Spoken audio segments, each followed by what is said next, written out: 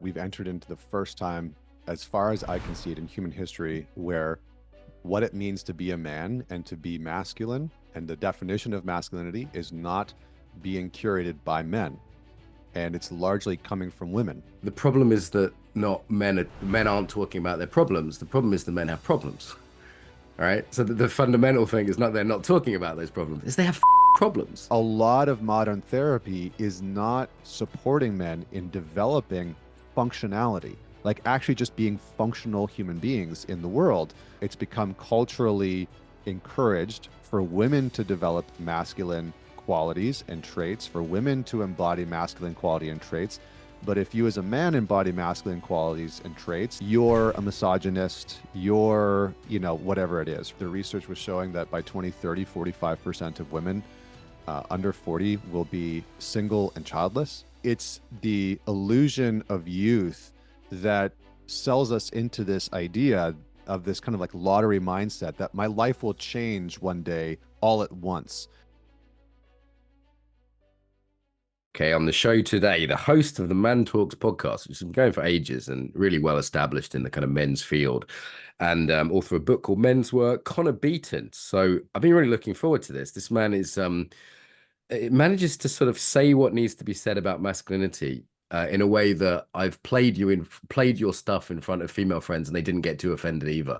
And that is a hard line to walk. So Canadian diplomacy, Connor, welcome. Thank you very much for having me. That Canadian diplomacy, just pour some maple syrup over stuff and we're good to go. Listen, I've already warned Connor. There's going to be Canadian jokes, okay? We have quite a lot of Canadian listeners, so that's going to be part of the love today. But let's dive in. Vulnerability is just the way women manipulate each other, right? And how Brene Brown makes money. Thoughts on that?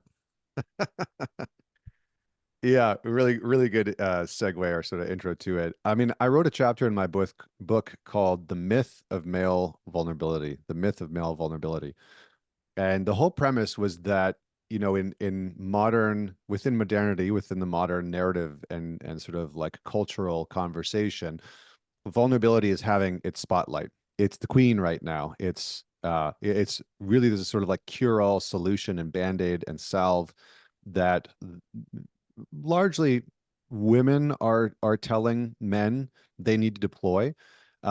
This isn't to say that there isn't benefit in men being vulnerable sometimes, but the myth of male vulnerability is just as follows. The myth is that if you as a man are just vulnerable, more vulnerable, it'll solve all your problems. This is what's being told to men culturally. If you're vulnerable in your relationship, in your life, with the men in your life, with your family, it'll just make things better.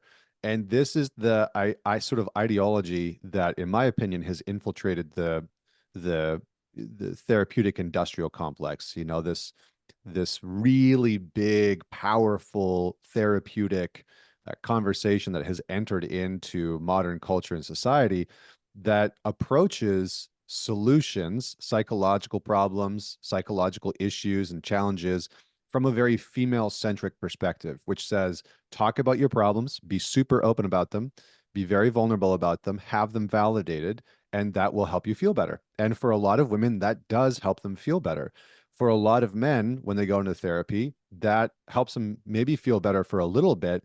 But when their external life doesn't change, when the realities don't change, when they don't lose the weight or their relationship's still a shit show and they're not having very much sex and they're miserable with their bank account, they're like, okay, I mean, I've talked about it a whole bunch, but now what do I do? And so men need a more tactical, solutions oriented process. We need to actually do something. And Yes. generally speaking, men are going to therapy, yes, in part to open up about what's going on. That is absolutely necessary. Like Carl Jung, I'll wrap up with this one piece here. Carl Jung, he said the first step in any therapeutic or spiritual process is the act of confession. It's the act of opening up about what's actually been going on. And for a lot of men, that's helpful because for a lot of guys, they haven't talked about their childhood abuse or being abandoned or neglected or the sexual abuse that they experienced, et cetera, et cetera. Those things haven't been talked about and they're just repressing them and it's having a negative impact on their life. So there is value to that. But why a lot of men come into therapy or coaching is because they're looking for direction. They need to develop a skill. And that skill could be more direct communication. It could be, getting a morning ritual and routine in place, but they're trying to develop something specific that they are going to that's going to acknowledge that they're creating change and shifts in their life. So I'll pause there. There's more I can say, but I'll pause there. Enough there for the hour. That's fantastic. I mean, let me just paraphrase a few things, and then we can kind of underline in red and go back. So I'd summarize it this way: the problem is that not men are, the men aren't talking about their problems. The problem is the men have problems. All right. So the fundamental thing is not they're not talking about those problems, is they have fucking problems in the Yeah. world today. If men are killing themselves in record numbers, we're fantastic at killing ourselves, 4 times better than women at killing ourselves. And why is that when 85% of them are in therapy who kill themselves, for the statistic I saw from the UK? Yeah. So clearly the therapy isn't the solution. And psychologists are women. Some of them are women with dicks. Some of them are actual women. The psychologist is a feminine pursuit. I did psychology at university. 90% of people in that field were female then, even more so now. It's a far left feminine field, which is a sort of political ideology which embraces the feminine as the answer. And this is American cultural influence of sort of confessional, talking about your things is the answer. Whereas it might be Mm. part of a solution. It might be, if I was to list 10 things that are good for men, it might be number 10 or number 11 or 12 on the list, but it certainly wouldn't be the top five. So, yeah, dig down into any of that a bit more. I'm lapping it up. Yeah, I don't want to give the picture that all therapy is bad. I think that the therapy, like if you're a man and you go into therapy and you spend, 6, 12 months just talking about your issues and the therapist hasn't given you anything tactical to do, that probably is bad therapy. Um, we as men need to cultivate skills. We need to be able to feel useful. On that note, there's a great there's a great researcher named Richard Reeves here in the States. I think he's originally from the UK. Could be wrong about that. But he started the American Institute for Men and Boys. They've done a ton of research around male suicide as an example. Some of that research that you're citing with 80% of men that committed suicide in the UK were in therapy. Sorry, 90%. I think it was 90% Was of it men, 90? 90%. And the interesting fact is that 80% of them were listed as low risk or no risk for suicide. So the therapist couldn't even identify that they were at risk for suicide. Now, why is that? It's because men are going to take their lives for different reasons than women, and the cues are going to be different. So Richard Reeves, they studied suicide notes from men and they found that there was a couple really common words. One of them was the word useless. So a lot of men that go into therapy are looking for help in developing a type of usefulness, right? They want to feel useful for their girlfriend, their wife, their kids, their friends, their culture, their society. And in some ways, in our modern culture, we have told men, you shouldn't want that. We don't need you, right? And this is a very common trope that a lot of women are telling their men, right? It's like, I don't need you. I don't need a man. And And for that's a what we man, most want, right? Like I said to my girlfriend yesterday, you don't like being objectified. I love it because I'm a tool that wants to be used. And right. I'm like, how can I help? That's my Yes. question as a man. And if the answer is you can't, you're useless, then why do I exist? I'm a Yeah. useless tool. Right. Yeah. Then why am I here? And some men might not feel like that, but the majority of men do. The majority of men, they want to feel useful. They want to have a function. And so, a lot of modern therapy is not supporting men in developing functionality, like actually just being functional human beings in the world that are contributing. And I think this is why, somebody like Jordan Peterson got so much traction. He was the archetypal father figure that so many men in Western society have been lacking. And because he didn't say profound shit, he just said, go Right. make your bed, Clean stand the up room. straight, Yeah. put your shoulders back, right? I Yeah. mean, he's saying basic, fundamental masculine things about how to create order in your life. And for a lot of men, that's the thing that's been missing. So I think the other piece that I would add in here is that we have maybe a crisis of masculine vacancy, specifically within men. And this is happening because of many reasons. Number one, it's become culturally encouraged for women to develop masculine qualities and traits, for women to embody masculine quality and traits. But if you as a man embody masculine qualities and traits like assertiveness and being direct and having clarity and creating direction, you're a misogynist, you're, whatever it is, right? You're a something ist.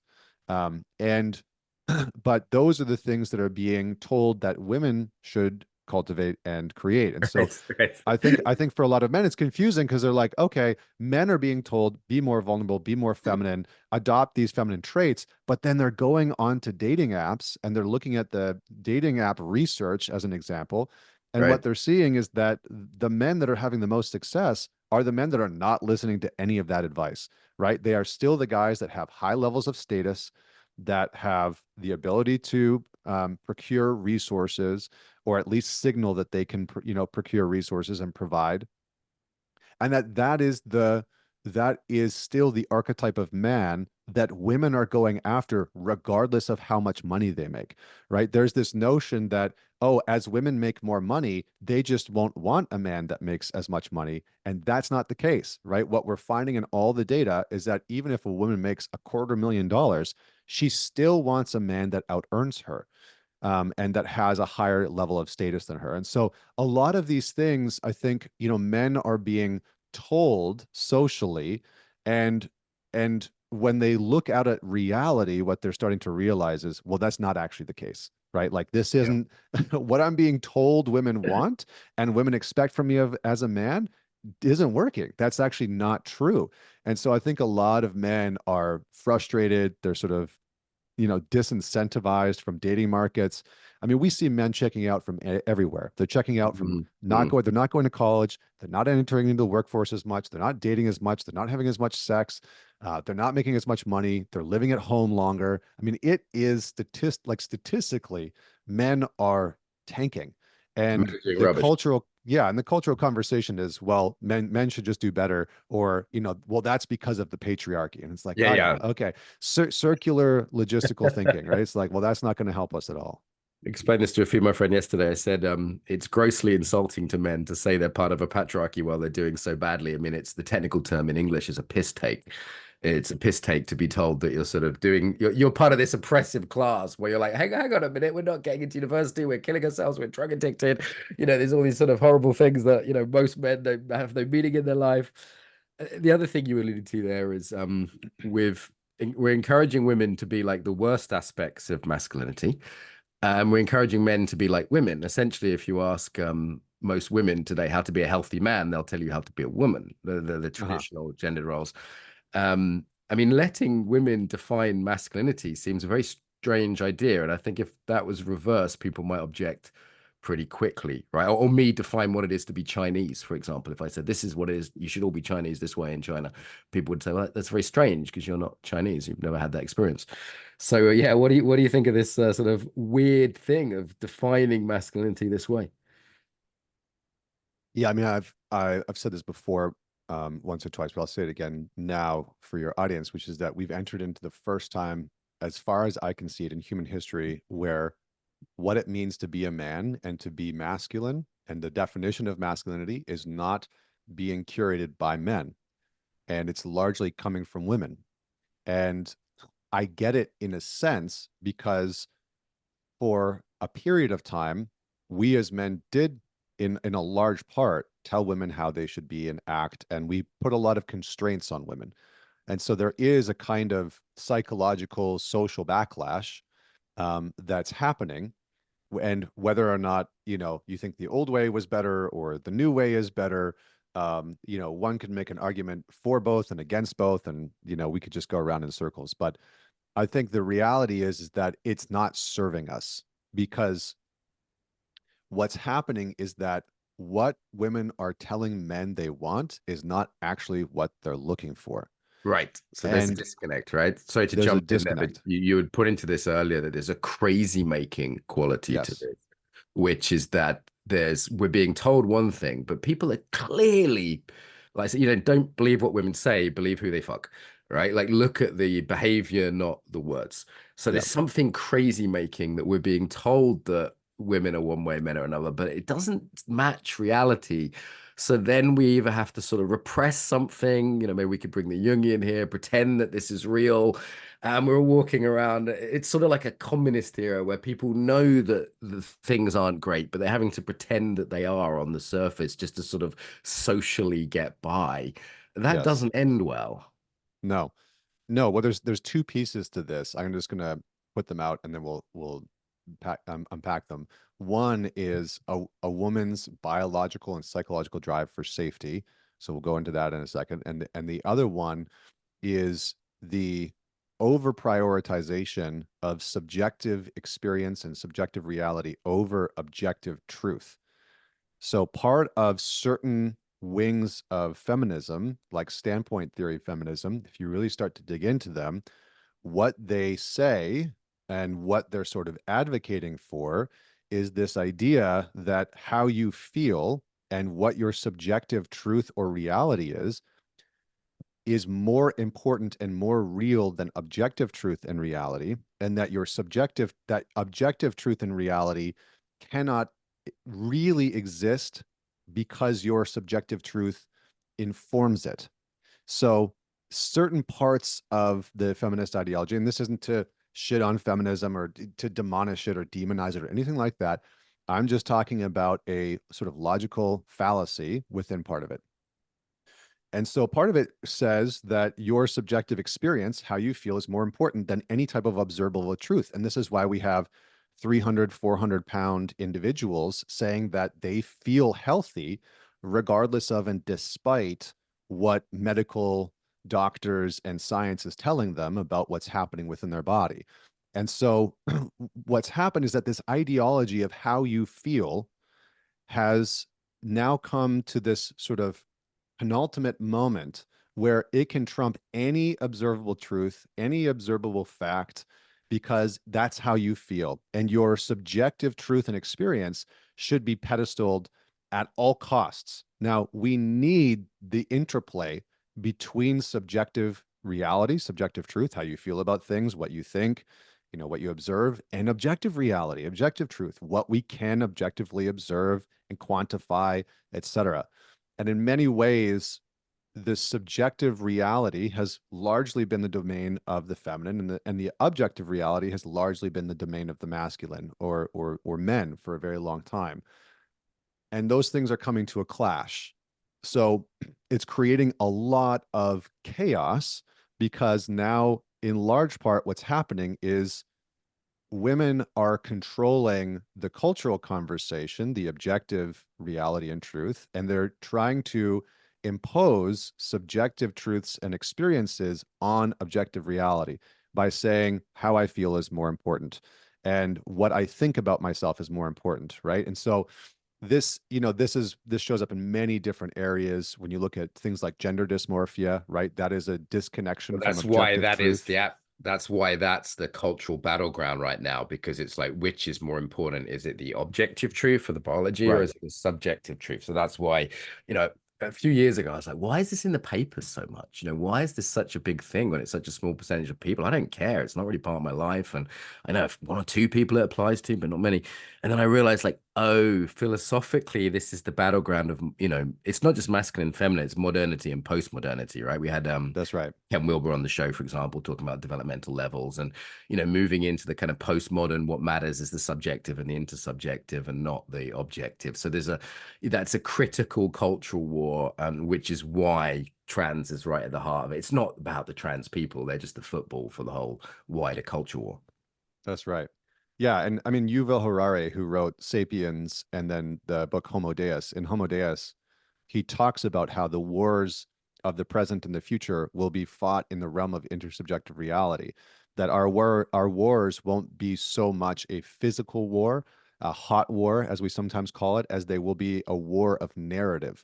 And we can see this specifically in Western culture. I mean, you think about going online and seeing all the opposing truths or the opposing realities. And it's just this all out battle for the realm of what is true within the realm of narrative. It doesn't even matter if it's objectively true, right? Definitions as well, right? What is a woman? Hence this That's right. battleground, right? This That's right. the left is continuously redefining words. And I think the right's now caught up because the left always had the journalists and the writers, and they were always better with language, you know. And then the Soviets did this, but then the right kind of didn't quite realize what was happening. They were losing ground, losing ground, losing ground because they weren't redefining words. Then if someone would say, "Well, you can't be a racist. You can't be racist against white people because we've changed the definition." And you go, Right. what the fuck? I thought I knew what racism was. I thought, you know." And then now the right seems to have caught up. So there seems to be this battleground for even what anything means as a word. That seems to define our era almost. Yeah. Yeah. I mean, you kind of have to decide whether or not you are going to hold on to the realities of subjective and objective and intersubjective as all equally important. And if you can do that, then you can maintain some type of rational, logical um, thinking and processing, right? You can actually look at reality and look at what's happening in the world and sense make it, right? You can have an ontological and Mhm, epistemological mhm. understanding of what's happening.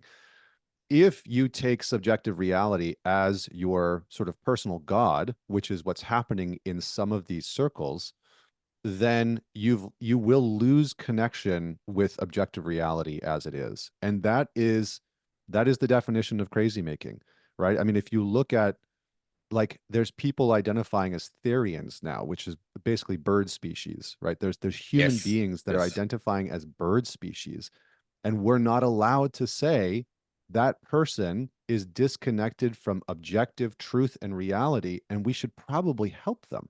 Like, we should probably inquire about, what sequence of events happened that led you to this belief. Like, we Yeah. can't even have that conversation anymore. And that's brutal, because for me, as somebody who, my whole world is about supporting people, specifically men, with some type of psychological fracturing, that they have had. Because if you look at the DSM-5, and I'll just give you my framework in a nutshell. If you look at the DSM-5 and every single diagnosis within the DSM-5, every single psychological form of suffering is a type of fracturing. Whether you are fracturing with some type of subjective truth, you're fracturing with some type of objective truth, right? A physical truth, an external truth, or an intersubjective truth, right? So there's a fracturing on one of those types of levels, right? Bipolar disorder is a type of fracturing. Multiple personality disorder is a type of fracturing. Anxiety, severe depression, all of these things are forms of fracturing with our realities, either internally or externally.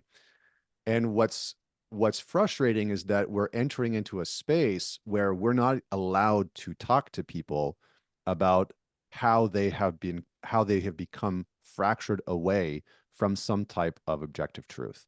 And that's brutal. That's just chaos. We're just allowing people to roll around in chaos. So I'm going to come back down the chain and talk about women and safety before we go too far down the existential philosophical rabbit hole.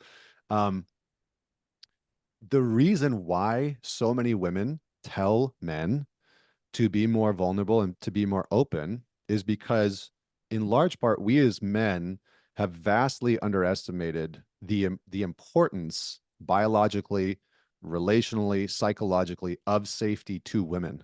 It is one of the most important elements that a woman looks for, tests for within a relationship.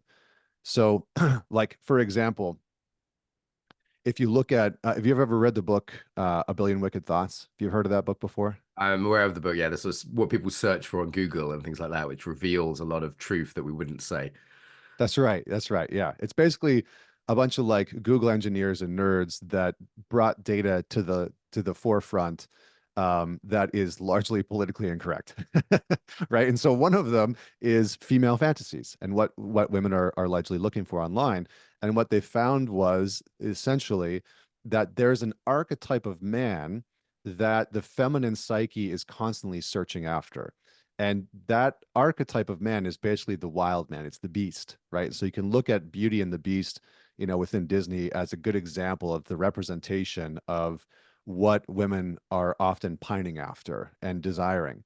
Why is that? It's because they're seeking this sort of dangerous man that has power, that is potent, that maybe has some level of status, that is in part mysterious, dangerous, but also is a challenge for them to try and tame. So if you look at every like romance novel, like 50 Shades of Grey is a good example of this. Billionaire BDSM god that she manages to tame, right? Yeah, And it's it's like that. the master of violence who's not violent to them. So That's it's right. it's the gangster who's going clean. It's the surgeon Yeah, who's violent in surgery, in a way he's cunning, the pirate who's got a soft spot for them, right? So I explained to a female friend once, I said, I don't envy you as a woman because you want someone who's safe enough to not hurt you and your kids. Because, I pointed out to her I could kill her in that moment and she wouldn't be able to stop me. And, she literally is trusting me with her life every time she was in a room with me. And she was like, oh, she felt that, but she'd never quite, like, she trusts that I'm not violent to her. But I right. said, but you also know I would defend you and your children, and I have to be violent to people who would be violent to you. And that's a really difficult thing for women, I think, to sort of, you want a violent person who's not violent with you, right? Like that's the master of violence, the fireman, the pirate, the vampire who's got a crush on you and won't drink your blood. Like this Yeah, is yeah. it's very particular. It's a very particular thing that they need, and that's a big ask. Yeah. But so this is where the confusion comes in, because what women are often articulating to men, what they want is safety. Yeah. So what they're largely telling men, what women are largely telling men socially through dating advice and all this type of stuff is be a safe man. But that's not the type of man that they are actually attracted to physically or relationally. Yes, you need to learn how to provide safety for the women that you're with and that you're whatever, friends with, that you're dating, that you're married to. And they're going to be attracted to the parts of you that are somewhat untamable, that are a little wild. And I see this all the time in marriages and long-term relationships. Like my wife's a marriage and family therapist, and so often we work with couples together. And one of the things that I see time and time and time again is a marriage will kind of flatline and lose its pulse when the woman has felt like she has fully tamed the man that she's with, Hmm. Hmm. or that she got into the relationship with him because he was the safe choice, but she's become really bored with that or disincentivized, trying to activate him, trying to provoke him, trying to get him to, you know, develop a stronger spine or a level of assertiveness or level of directness, or even a level of uh, I'm going to say dominance and not aggression, like a level of dominance. Because when she feels like she has fully tamed that man, then the game's over. It's just kind Yeah. of done. And and it's interesting because what men hear socially is, oh, I have to be safe all the time for women, and I have to be the safe bet. I have to be the nice guy. I have to be super polite. And then they go to the bar with their buddy that's brash and forward and doesn't give a shit, and he's taking women home. And that nice guy's going home by himself and watching porn and jerking off, and he's like, I don't understand what's happening. And so there's this disconnect between what women are telling men they want, which is, I want safety, which is true, but they want safety within a certain context and container. So I think that caveat is super, super important. Yeah, I just did a video on Chris Bumstead, who's this really emotionally available, sensitive, lovely guy. I really think he's a great role Mr. model. Olympia, Canadian Exactly. He's boy, the Canadian man, one of boy. your boys. And I just did a video on what a good role model is compared to, say, Takes. He's got this nice masculine feminine balance. But here's the thing. If Chris Bumstead opens up about his anxiety and his emotional problems, he's physically dominant. He's financially very successful. He's massive status. He's top of his field. He has all these masculine traits. And then He's the sensitive guy, and that is attractive. That is more attractive than Tate, who just has one of those things. But of the two, women will still pick the bad boy rather than who doesn't have the sensitivity, not the sensitive guy who isn't the, he calls Chris calls about the killer who can cry, Right. But that balance is beautiful. But one of those things comes first. Yeah, absolutely. I mean, I think this, you know, Dr. David Buss, who's sort of like the granddaddy of evolutionary psychology, has done a ton of research around what women are looking for, and they've done research all over the world. And, I think one of the interesting things that they've found is cross cultures, cross religions, cross countries, cross ethnicities, on average, regardless of where you pull women, they want to date a man who is up and to the right, meaning they want to date a man who has status that is equal or higher than hers. And that can be in a number of different things, right? Women are looking for kindness, yes, but they're still looking for resource acquisition, like your ability to acquire those things. And so the vulnerability is a nice thing. And I don't know if you've seen any of these interviews online, but they'll pose the question to women of would you rather be married to the guy who is a multimillionaire, nice guy, but he cheats on you sometimes. Whether you know about it or not is sort of irrelevant. Or the nice guy who treats you really well, never cheats on you, but doesn't have a ton of status or money. And the majority of women choose the man with the status and the money. And so a Believe it. lot of guys are like, well, I'm being told that the We're top being lied to. priority is vulnerability, We're right? being It's lied to. like, Yeah. Yeah. No, I so did a lot of research when I was younger in Eastern Europe. It was exhausting research project. And there women are much more honest about this. And I kind of yeah. was confronted by it sort of just by being told. And yeah, for me, it was very surprising because it wasn't how I was raised. You mentioned earlier this psychological industrial complex. So we're going to put our tinfoil hats on. I think this is fantastic as a notion. There's this whole system that's embedded in a sort of feminized culture, encouraging everyone to be sort of talky feely. It comes across as very American often in Europe as well, this kind of confessional quality. Is this a conspiracy? Is this just something that's evolved sort of to replace religion in our kind of secular society? Say a little bit more about that. Yeah, there are a few pieces to this. One, it goes hand in hand. The therapeutic industrial complex, in my opinion, goes hand in hand with the feminist ideology and movement in large part because there's something that I call the patriarchy virus. The patriarchy virus is this um, not it's not in every form of feminism, but it's in some form of feminism, which is very much akin to original sin within Catholicism. Original sin says that you are born with sin right out the gates as a baby, and because of that, you constantly need to repent, otherwise you're evil. Well, that concept has been taken and attributed to the patriarchy. And so, because you're born as a man, you are part of the patriarchy, whether you like it or not, and you have original sin that you need to repent for. And this notion has become a big part of the feminist ideology. Again, not all parts of it, but some parts of it. Some women that are feminists do not believe that. They do not believe that all men are bad and evil, that the patriarchy is somehow broken and It's the the the most norm evil now. Like thing. most young Yeah, women will talk about the patriarchy, and if I challenge them on it, they'll find it bizarre. They'll be like, "What? Do you mean?" To them, it's just a yeah, given that it's a thing at this point.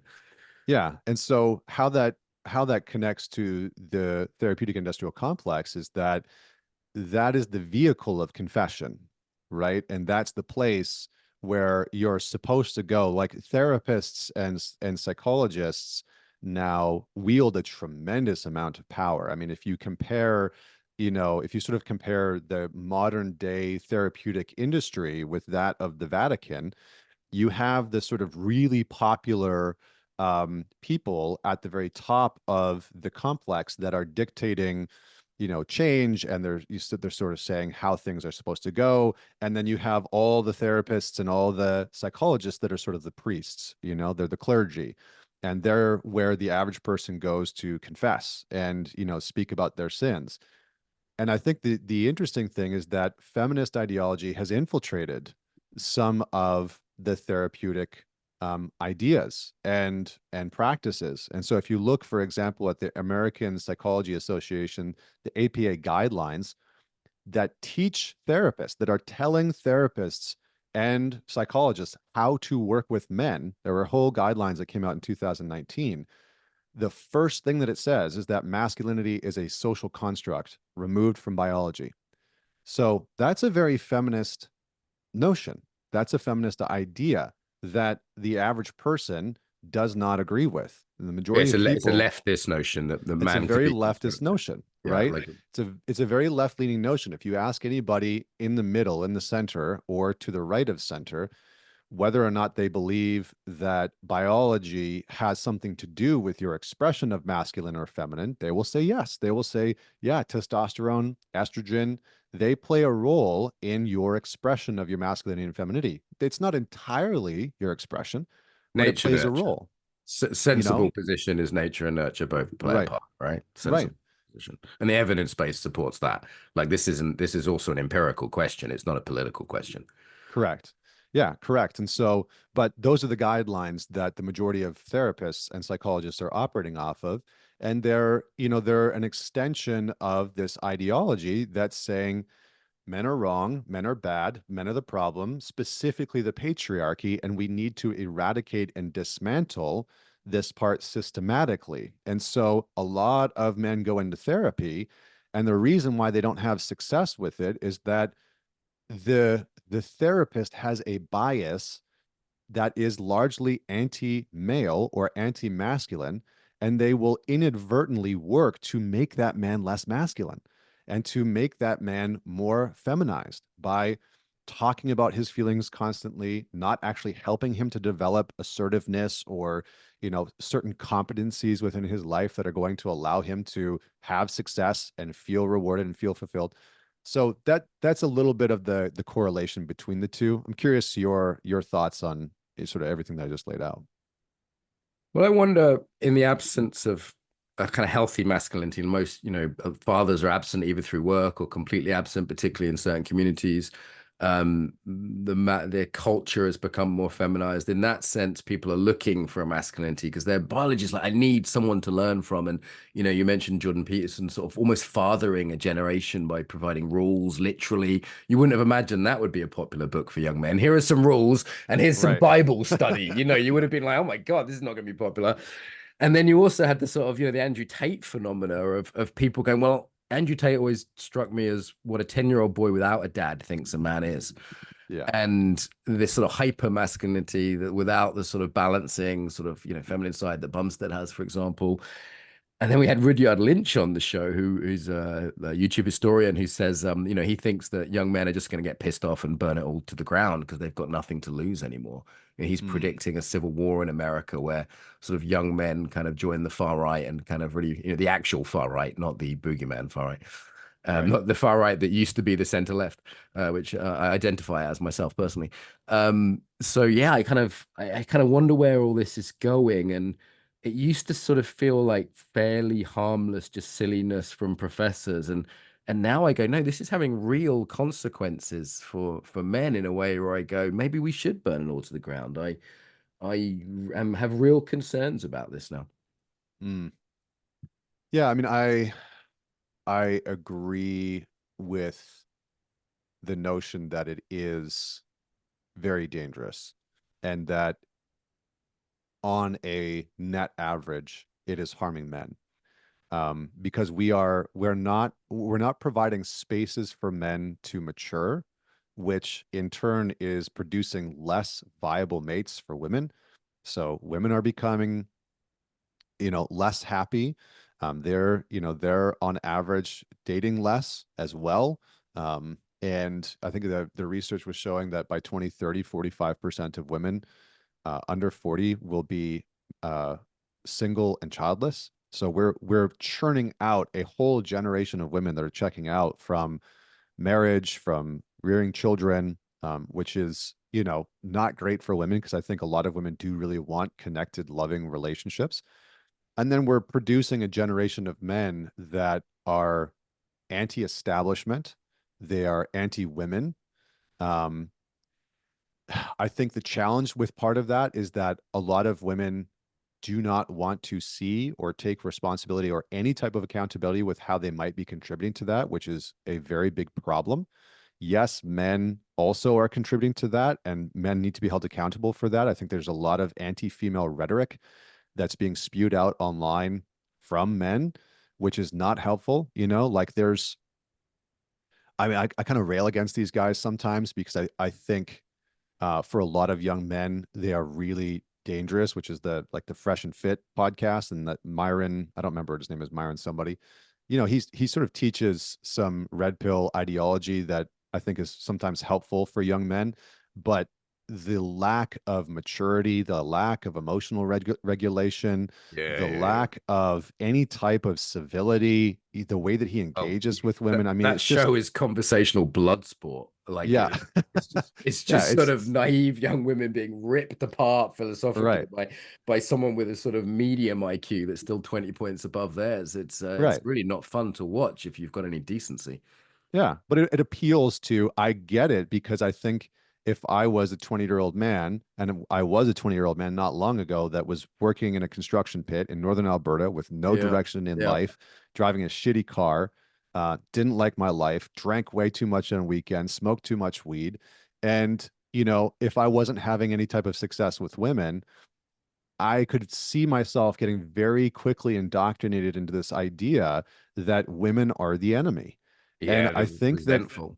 I think that more and more men that have any type of maturity in a platform need to really take a stand against that bullshit. Yep. Women are not an enemy, and anybody that's contributing to a gender war, I think is just intellectually lazy and doing it for attention, clickbait, all that kind of stuff. And so I agree. I think it's dangerous. I feel really for the men because I get emails and messages all the time from men that are just genuinely fucking struggling. Yep. And it's heartbreaking. It's heartbreaking because I wish I didn't need to sleep so I could just get on calls with all of these men and help them and support them. And I think there's many men that are starting to step into that role of supporting young men in developing skill sets and developing competency and developing a sense of self-worth.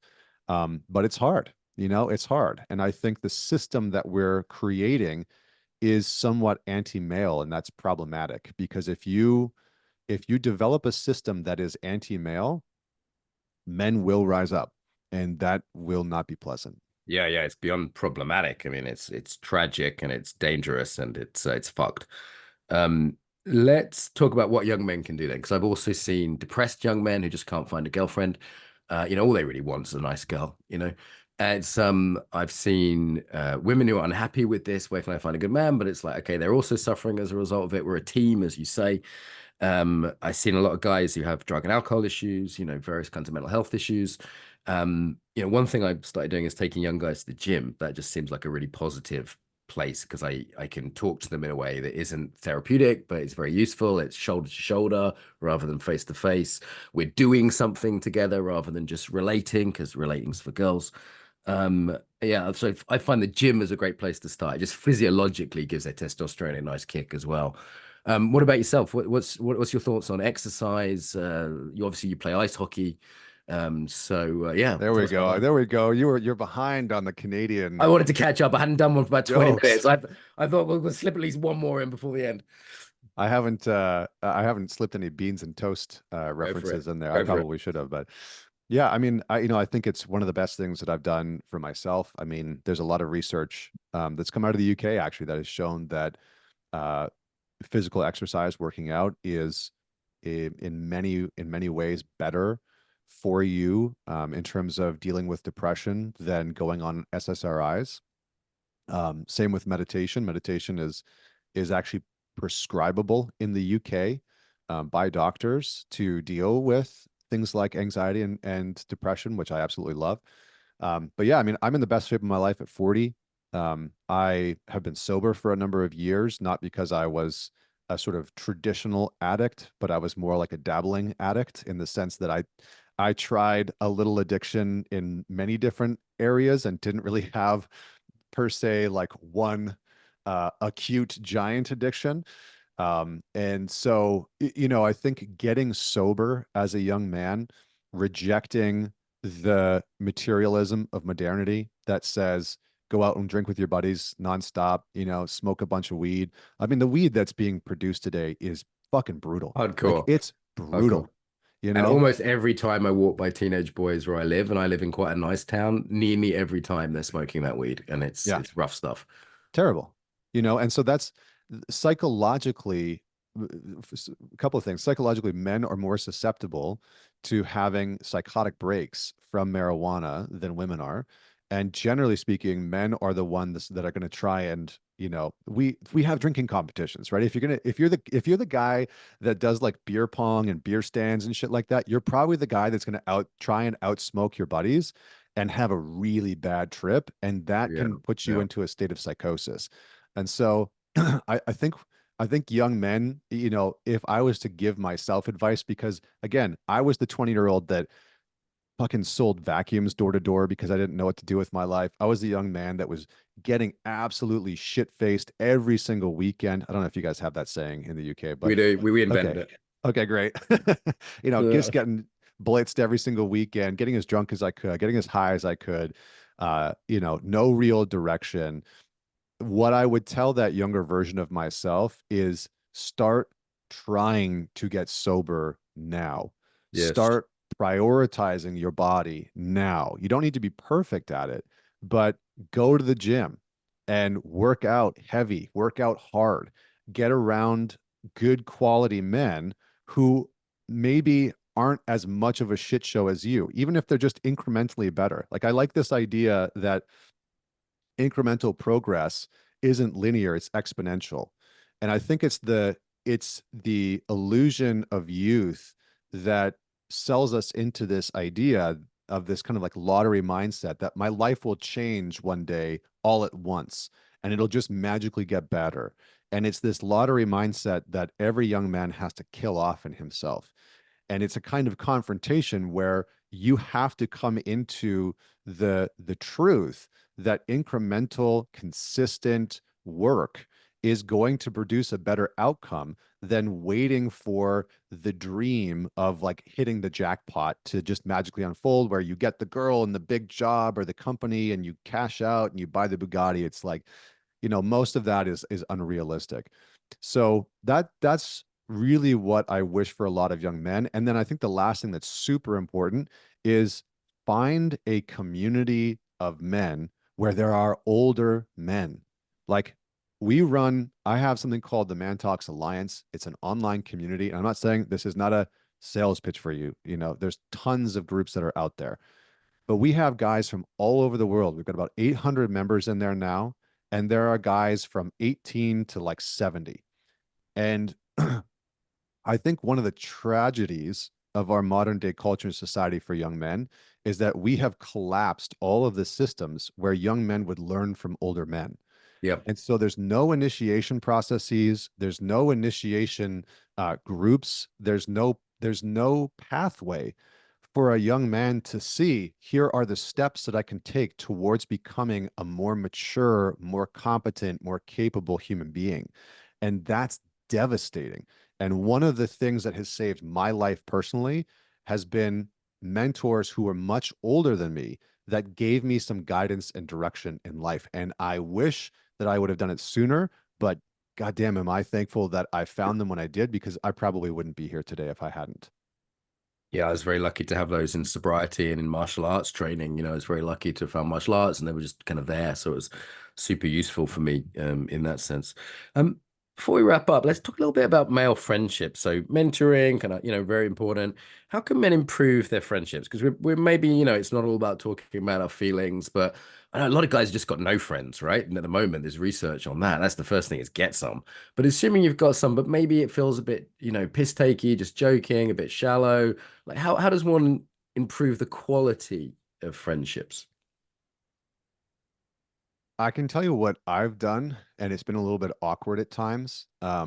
But what I've done is made it I've done a couple of things. Number one is I've tried to make it very clear that I'm interested in depth.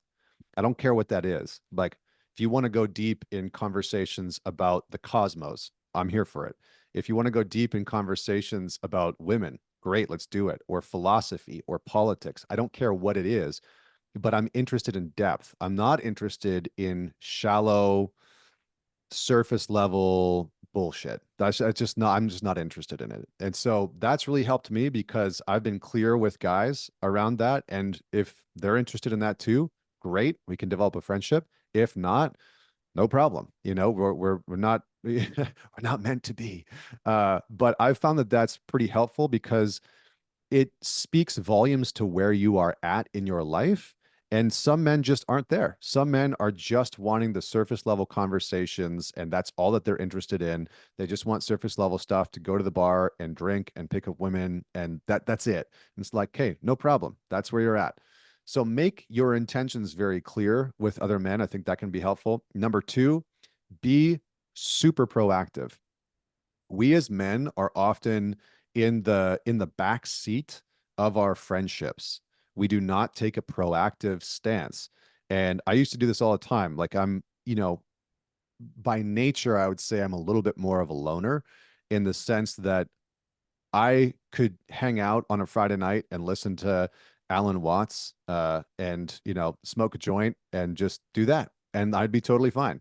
And so I've had to work against my sort of core nature of being the person that's proactive and reaching out to friends, checking in on them. How you doing? You around on Friday? Like, let's go for a walk. Let's go work out. And that has served me really, really well. And I think that for a lot of men, they just don't take that proactive nature with their male friends. And if you can do that, then you become the person that's sort of charting what you guys do, when you connect, where you go, et cetera. And that can be super, super helpful. And then the last thing is just do physical shit, do physical things, whether you hike, climb mountains, mountain bike, go train in the gym, go do Muay Thai, go do Brazilian Jiu Jitsu, go do physical things. And then lastly, see if you can get a group together towards a project. Men want to do things, they want to build things. And so if you can find a couple of men that are interested in going through a book together, like No More Mr. Nice Guy or my book, Men's Yeah. Work, and actually working on the questions and holding one another accountable, or working on a project like building a deck or supporting a charity. Those types of things can give you and those guys a mission so that it's not just like, what should we do? Let's just go to the bar and have some wings and some nachos and drink some beer. And like, that's just what we do every single week. And there's no real mission behind it. So find a shared mission with those men, and that will help you deepen your friendship. And then talk about the real stuff that's going on in your life, just like the real shit. Don't give your buddies just the highlight reels of dating, sex, money. Like, talk about the real stuff that's going on so that you actually feel known. Nice, nice. And let's maybe take a breath here, but before we tell people where to find you, what's the message for the young guys listening to this, maybe on the Feral Philosophy podcast rather than the Embodiment Unlimited one? Like for the young guys listening to this, what would be your kind of message for them if they were feeling lost or hopeless, which are words I hear a lot? I mean, I get it. I think if I was a young man in today's world, I would feel lost and probably a bit hopeless. And I've really grappled with this. I have a 3.5-year-old son, and I think about the world that he's growing up in. And I can see that a lot of young men are grappling with that. And what I would say is that the real function or purpose of initiation is to help you as a man learn how to deal with powerlessness. And many, many, many, many men in today's world feel very powerless. And that is the core function of initiation. There's a great quote by a man named Richard Rohr, who's a Franciscan monk. He said, unless a man goes on a journey of powerlessness, he will always abuse power. So if you feel powerless, if you feel hopeless, that's okay. It doesn't mean that you're a piece of crap. It doesn't mean that you're defective. It doesn't mean that you're broken. It doesn't mean that there's something wrong with you. It actually means that you have an opportunity to learn who you are when you feel that way, when you feel powerless, and then to take action to develop your own sense of self leadership and potency. Powerlessness will always inform power. Powerlessness will always inform potency. So, from the ground that you are standing on, you can learn how to develop your own potency, but it's going to be hard. It's really going to be hard. It took me a decade. So, Connor, I really enjoyed this. Actually, apologies for I interrupted you more than I normally do. Just I got excited today. This has been a great one. I'd love to hang out with you sometime, drink some maple syrup or something. I think this is, we've one last one.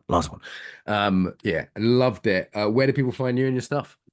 you can just go to mantalks.com. It's a website. You can go to Mantalks on YouTube. We've got a very quickly growing channel on there, and then Mantalks, Spotify, Instagram, all the channels. It's just Mantalks, Mantalks.